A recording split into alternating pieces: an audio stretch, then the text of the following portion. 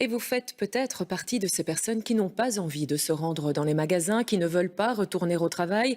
Pour vous, le déconfinement est synonyme d'angoisse.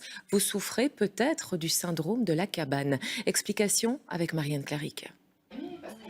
Elle préfère ne pas être reconnue par son patron. On ne sait jamais comment il pourrait réagir. Pendant 2 mois, elle est restée strictement confinée.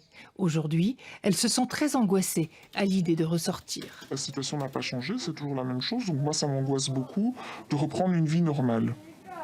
De recommencer à voir des gens, aller dans les magasins où il y a des gens qui ne portent pas de masque, parce que le masque n'est pas obligatoire, à frôler des gens. La peur de sortir, elle n'est pas la seule à l'éprouver. C'est ce qu'on appelle le syndrome de la cabane. Après un long enfermement, reprendre une vie normale semble insurmontable à beaucoup de personnes. Elles éprouvent des angoisses, du stress, de la nervosité, de la fatigue, avec la difficulté de se lever le matin, avec le besoin de faire des siestes. Et donc ce qui prédomine, c'est la peur de sortir.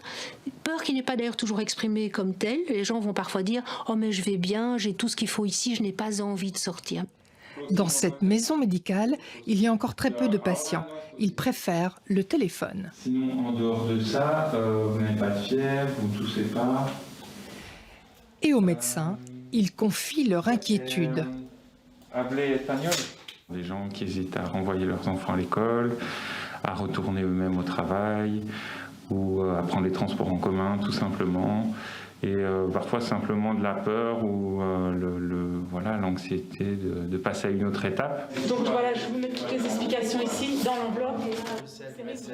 J'essaie de vraiment sortir que quand j'en ai vraiment besoin, quand je dois faire des courses, etc.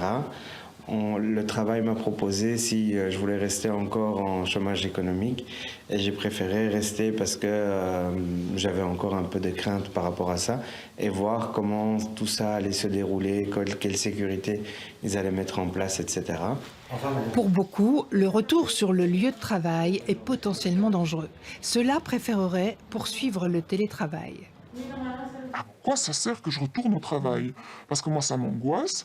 En même temps, je suis quelqu'un de très sociable, donc ça va me stresser parce qu'on doit rester tout le temps à distance. Comment on va manger ensemble? On a l'habitude de s'asseoir tous à une table, on a une petite cuisine commune.